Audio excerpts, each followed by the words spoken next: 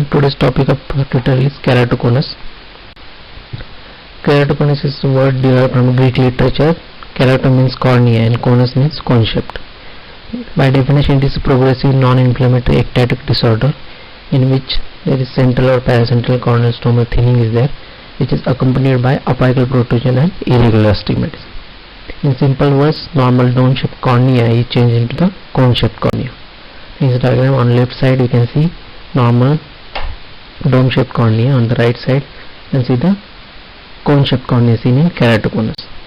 So regarding etiology, is still not clear, but there are various theories are proposed for the etiopathogenesis. According to that, there are various factors important in etiology. First is heredity, second is eye rubbing, then third is hormonal change, and trauma is there. In heredity, parents are having keratoconus, there are only 10% chances of offspring by develop keratoconus. So it has autosomal dominant transmission, but incomplete maintenance is there. Eye rubbing is most important factor in etiology, seen in children having vernal keratoconjunctivitis. It is type of allergic conjunctivitis. The patient experiences intense itching, so eye rubbing is frequently occurs and corneal curvature is changed and ultimately keratoconus is developed.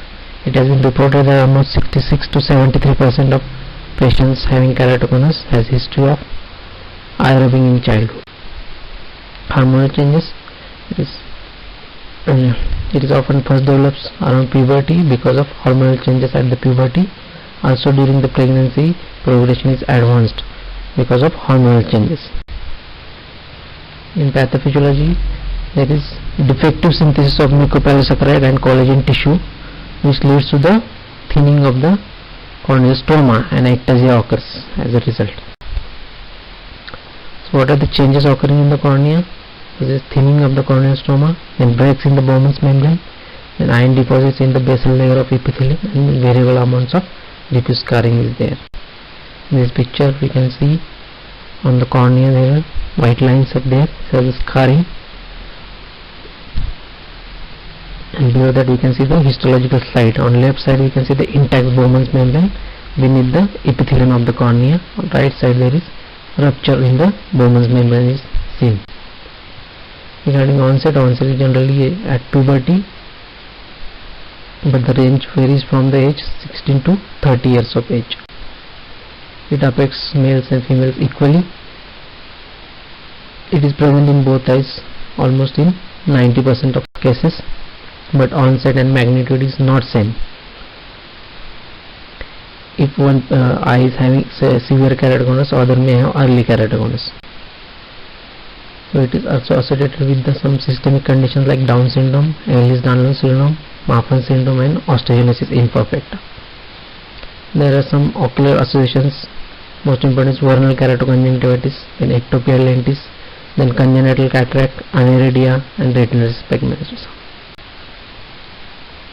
Classification: there are two types of classification based on severity of curvature, and second is based on the shape of the cornea. Severity of curvature by keratometry, curvature of the cornea is measured in dioptric power. In mild cases it is less than 48 diopters, in moderate it is 48 to 54, and in severe it is more than 54 diopters of power is there. So based on the shape, it may be nipple cone, oval cone, or globus cone. Nipple cone is of smaller size, that is 5 mm in size. Oval cone larger, that is 5 to 6 mm in size, and globus it is largest, more than 6 mm, and it involves more than 75% of the cornea. The symptoms usually start at the puberty and may progress to another 10 to 20 years. Okay.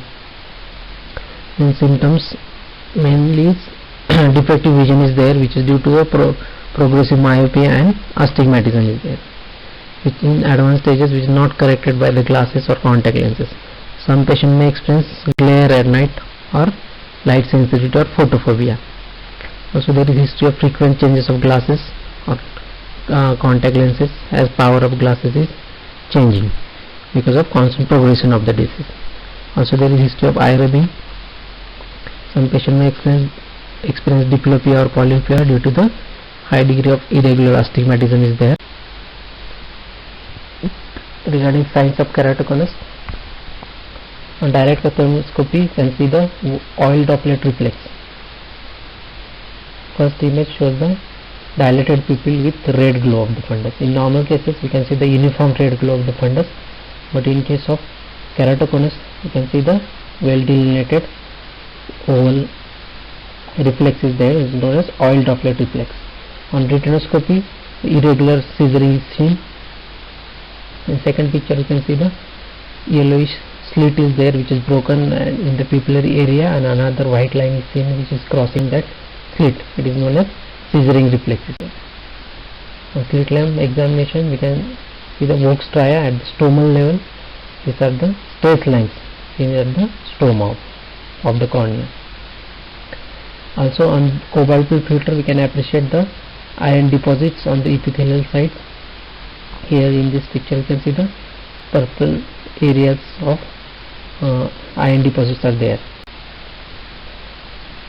Then in advanced stages, we can see the progressive corneal protrusion is there. So typically cornea become cone shaped, and thinning is maximum at the apex. Also, we can appreciate the scarring or opacity at the tip of the cone or apex of the cone. Another important sign is Munson sign. When the patient is asked to look at down, there is bulging of the lower lid is seen. Acute hydropic complication in severe stages. It is caused by the rupture of the basement membrane that allows sudden influx of the aqueous into the cornea. Normally we know that cornea is in dehydrated state. When the aqueous comes in the cornea becomes edematous and hazy. So there is patient presents with the sudden pain, photophobia, and diminished vision. The investigation keratometry shows distorted Meyer with very steep readings, more than 48, around 48 diopters or more than that. Then pachymetry, it is a measurement of the corneal thickness. It shows the reduced corneal thickness. On placido disc examination, the distorted pattern of the rings are seen with crowding is there. On left side, we can see the normal cornea where concentric rings are equidistant and circular is there. On right side, patient is having keratoconus, so rings are distorted and crowding is seen inferiorly. Topography, also known as photokeratoscopy, which can provide the overview of the cornea, which maps the cornea all over the area. It shows the relative stiffness and flatness of the cornea. First image, we can see the various colors.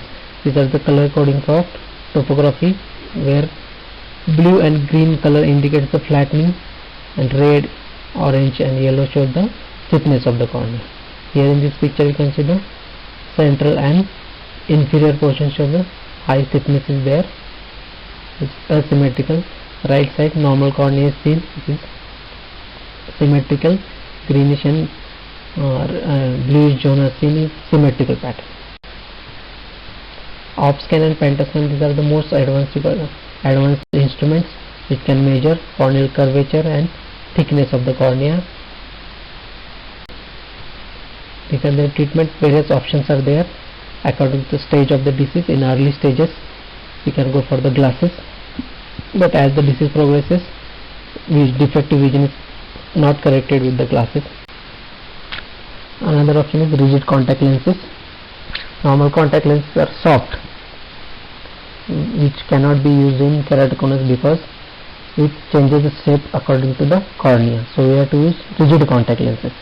It creates a stable surface upon the cornea, which helps in the focusing of the light. It can be used in mild to moderate cases of keratoconus, and also eliminates the distortion caused by corneal curvature in keratoconus. Corneal collagen cross-linking is a recent technology or recent modality of treatment used in delaying of the process of progression. It uses riboflavin eye drops instilled in the eye after removing the epithelium. Then UV radiations are followed by insertion of bandage-like contact lenses.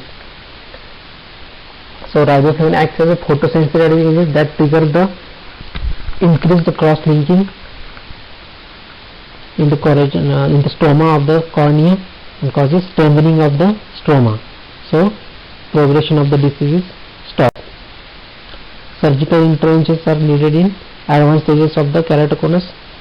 Penetrating keratoplasty is most commonly performed surgical procedure, but recently INTEX means intrastromal corneal ring segment is invented and used. It is less invasive procedure than penetrating keratoplasty. In penetrating keratoplasty, central part of the cornea is excised and full thickness corneal button is sutured into the recipient. INTEX is two arc-shaped segments of inner plastic which are introduced into the corneal stroma, which flattens the stiff curvature of the cornea and reduces the irregular shape of the cornea. And in the picture we can see the first picture is INTEX and second is penetrating keratoplasty. INTEX we can appreciate the two arc shaped segments of the plastic, and in second picture in PKP you can see the central cornea is sutured to the host cornea with the help of sutures. So thank you for listening. So it is all about the keratoconus. So you will be informed about the assignments in this tutorial. You have to answer that. Thank you.